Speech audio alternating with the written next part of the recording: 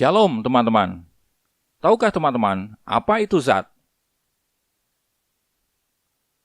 Pada video ini teman-teman akan belajar tentang zat, yaitu pengertian zat, lalu perbedaan pengertian zat dan materi, kemudian jenis-jenis zat menurut pengertian terkini, lalu sistem campuran dan jenis-jenisnya, serta berbagai manfaat pengetahuan zat yang penting dalam kehidupan. Belajar zat akan sangat mengasihkan loh. Ayo simak video ini sampai tuntas ya.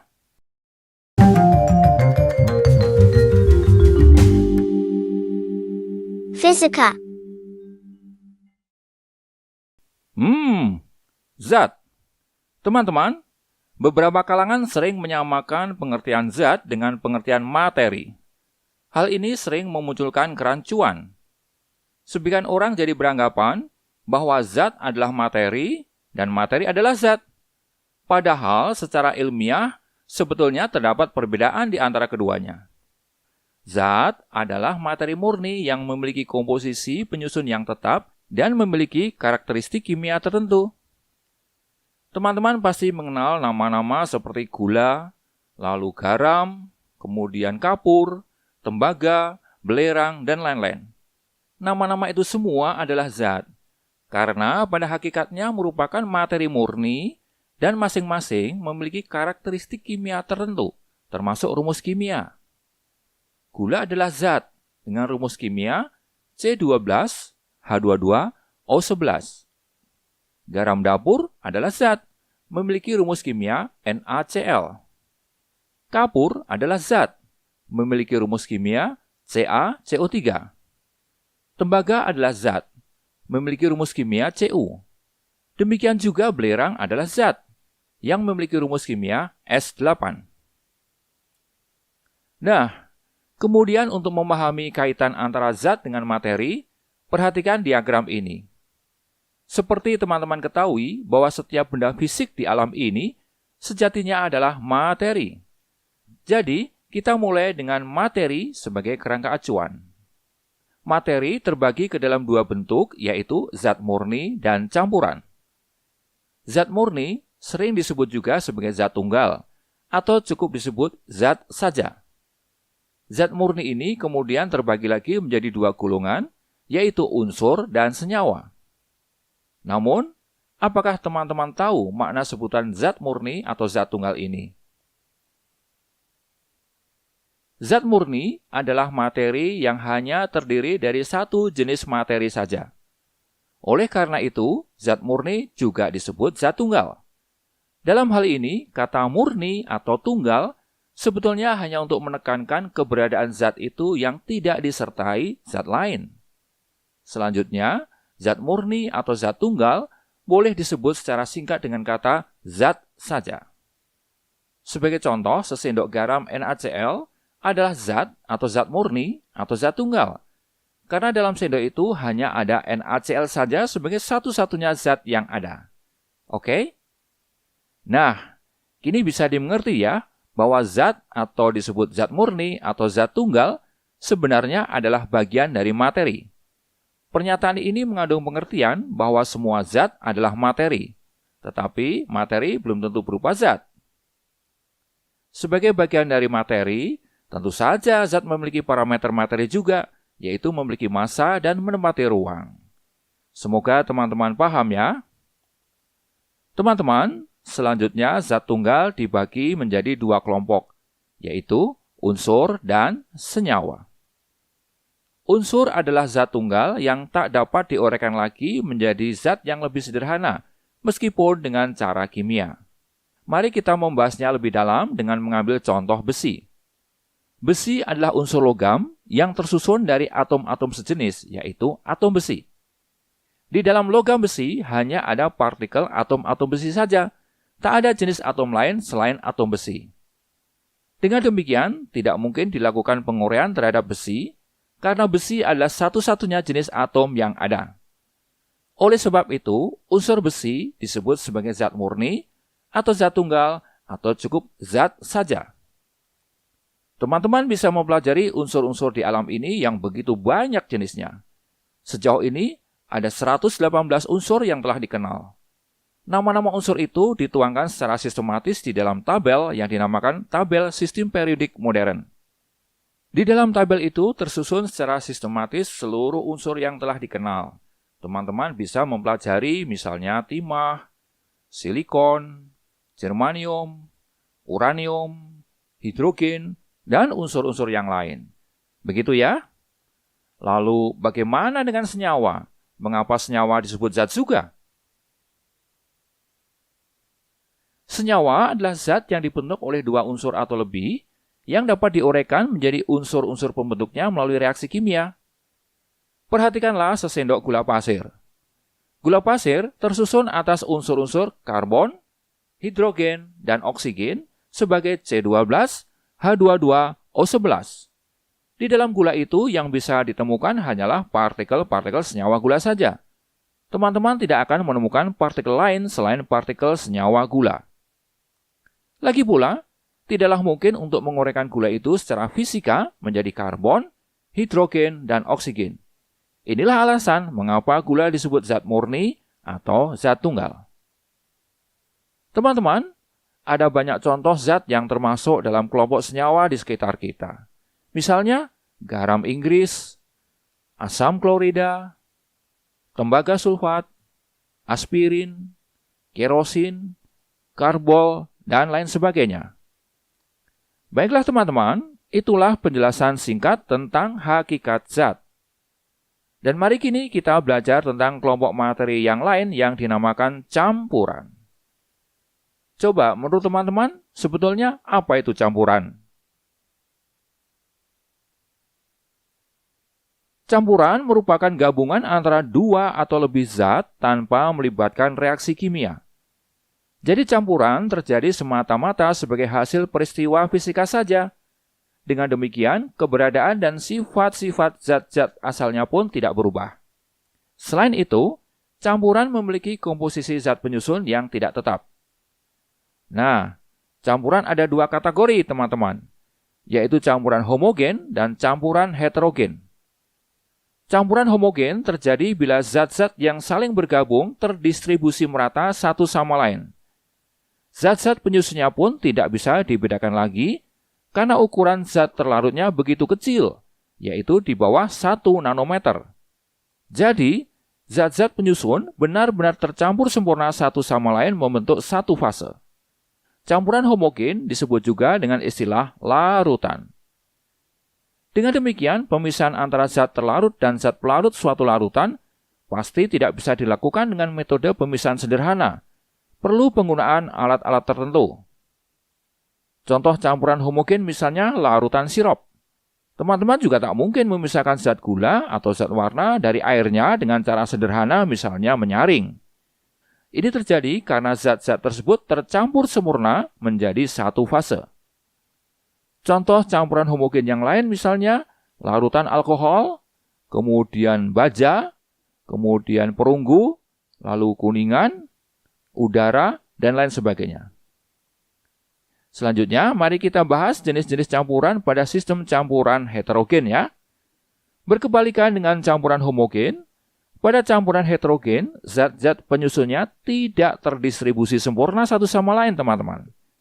Teman-teman bahkan kadang-kadang masih bisa membedakan zat-zat penyusunnya itu dengan hanya menggunakan panca indera. Campuran heterogen ini meliputi dua jenis, yaitu koloid dan suspensi.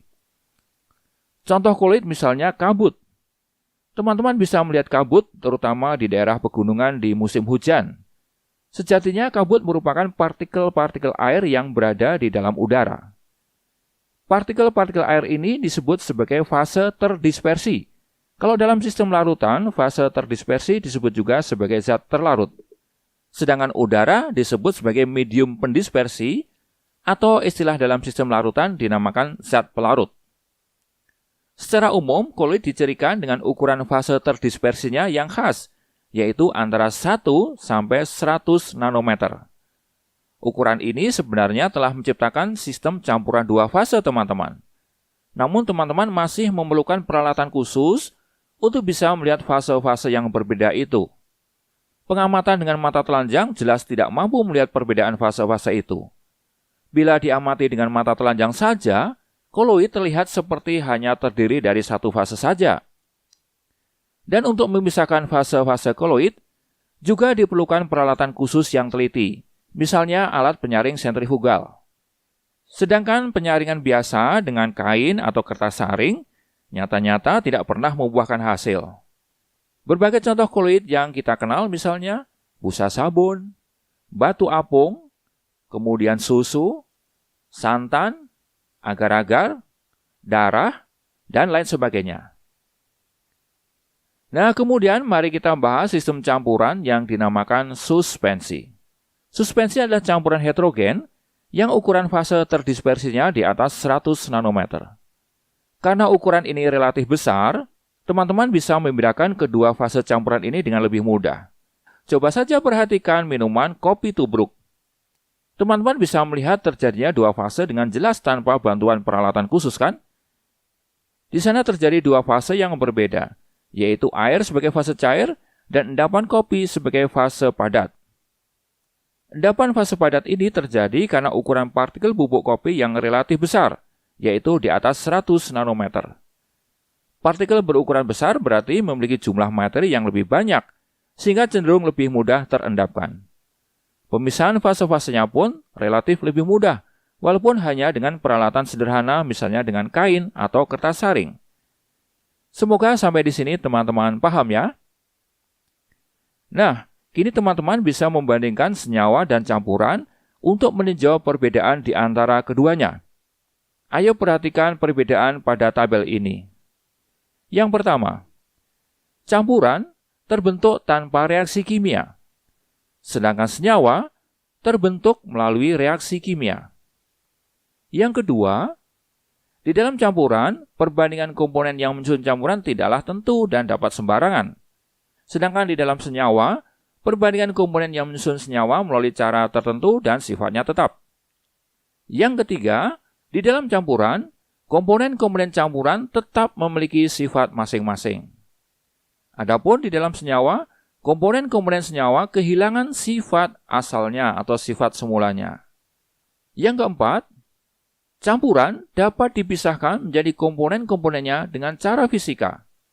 Sedangkan senyawa tidak dapat dipisahkan menjadi komponen-komponennya dengan cara fisika, tetapi harus melalui reaksi kimia. Nah, itulah rangkuman beda senyawa dan campuran. Semoga ini semakin memperjelas ya teman-teman. Baiklah, mari kini kita lanjutkan dengan pembahasan tentang wujud zat.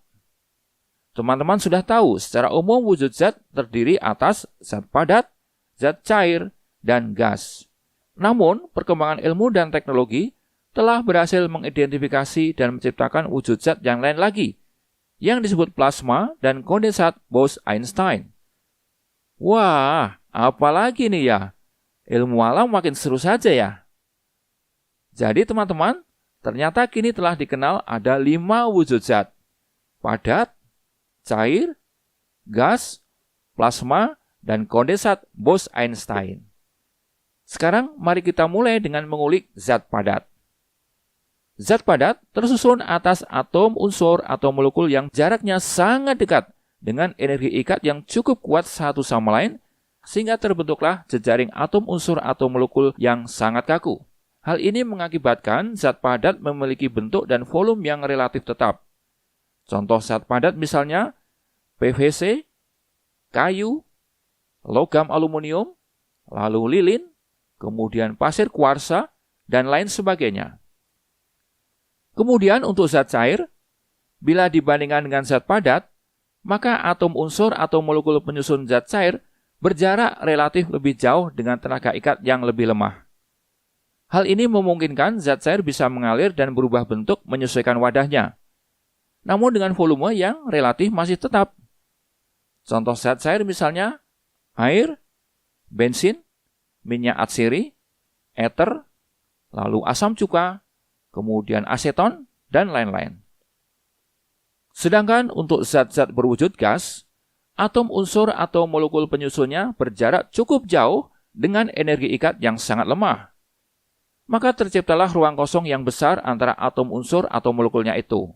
Atom unsur atau molekul itu bisa bergerak bebas ke segala arah dengan energi kinetik yang cukup besar. Keadaan ini menjadikan zat dengan fase gas sangat mudah mengalir, juga sangat mudah untuk berubah bentuk maupun ukuran volumenya. Contoh zat dengan wujud gas misalnya udara, gas helium, gas argon, gas metana, gas klorin, dan lain sebagainya. Itulah teman-teman sekilas karakteristik tentang zat padat, cair, dan gas. Nah, sekarang mari kita mengenal wujud zat yang dinamakan plasma dan kondensat Bose-Einstein. Plasma atau dikenal juga dengan sebutan gas yang berpijar, terjadi ketika gas menjadi sangat panas sehingga atom-atomnya kehilangan elektron. Elektron-elektron yang terlepas dari atom-atom itu bergerak bebas di antara atom-atom tersebut dengan energi yang sangat tinggi. Sistem inilah yang dinamakan plasma. Unsur atau molekul apapun bisa berwujud plasma bila diberikan energi yang sangat tinggi. Teman-teman, matahari, kilat, dan aurora adalah contoh plasma yang bisa kita jumpai. Sedangkan untuk memahami konsep kondensat Bose-Einstein, teman-teman perlu memahami bahwa suhu berkorelasi langsung dengan gerak partikel. Bila suatu gas encer dari partikel-partikel boson didinginkan ke suhu yang sangat rendah, yaitu mendekati nol mutlak dan mencapai tingkat energi terendahnya, maka muncullah sifat Bose-Einstein. Oh ya, istilah partikel boson ini ditujukan khusus untuk partikel-partikel yang memang bisa mengikuti karakteristik zat Bose-Einstein ini ya, misalnya atom helium 4 atau atom sodium 23. Pada kenyataannya, memang tidak semua partikel zat bisa menjadi kondensat Bose-Einstein. Teman-teman, tahu nggak? Fluida Bose-Einstein menunjukkan perilaku yang tidak biasa, atau boleh juga dibilang aneh. Secara spontan, fluida ini menolak gravitasi karena adanya gaya adhesi antara fluida dan dinding wadah yang lebih kuat. Fluida bahkan bisa mengalir keluar meninggalkan wadah loh. Kondensat pertama dibuat oleh Eric Cornell dan Carl Wieman di tahun 1995 di University of Colorado Boulder. Seru kan teman-teman? Baik, mari kini kita belajar manfaat praktis dari semua pengetahuan tentang zat ini. Dalam penerapannya, pengetahuan tentang zat ternyata memang benar-benar penting. Misalnya dalam bidang teknologi pengembangan material, yang diharapkan dapat menemukan suatu material baru yang memiliki sifat unggul tertentu, seperti kekuatan yang tinggi, kemudian konduktivitas listrik yang baik, ataupun ketahanan terhadap korosi. Dalam bidang kedokteran pun diperlukan juga pengetahuan sifat zat. Teman-teman semoga pernah mendengar istilah PET dan MRI. PET atau Positron Emission Tomography dan MRI atau Magnetic Resonance Imaging adalah teknologi kedokteran super canggih untuk diagnosis penyakit. Dalam hal ini, para ahli mempelajari sifat-sifat zat khusus, yaitu zat radioaktif. Dan masih banyak lagi penerapan sifat zat, termasuk dalam bidang teknologi nanoelektronika, nanomedis, bahkan eksplorasi ruang angkasa. Oleh sebab itu, pemahaman mendalam tentang zat memungkinkan pengembangan banyak bidang untuk meningkatkan kualitas hidup umat manusia dan memperluas pengetahuan kita tentang alam semesta ini. Demikianlah teman-teman pembahasan kita tentang apa itu zat. Semoga teman-teman bisa memahami ya. Namun bila teman-teman masih belum puas atau masih ragu dengan bahan ini, silahkan tonton ulang video ini sampai paham. Sebagai penutup, mari kita simak ayat dalam Injil Matius pasal 5 ayat 13 tentang satu jenis zat yang sangat istimewa, yaitu garam. Ayat ini berbunyi, "Kamulah garam dunia." Mari kita sebagai anak-anak Allah sungguh menjadi zat hidup yang berguna, yaitu garam untuk memberi rasa asin bagi dunia yang tawar ini. Terima kasih. Tuhan memberkati.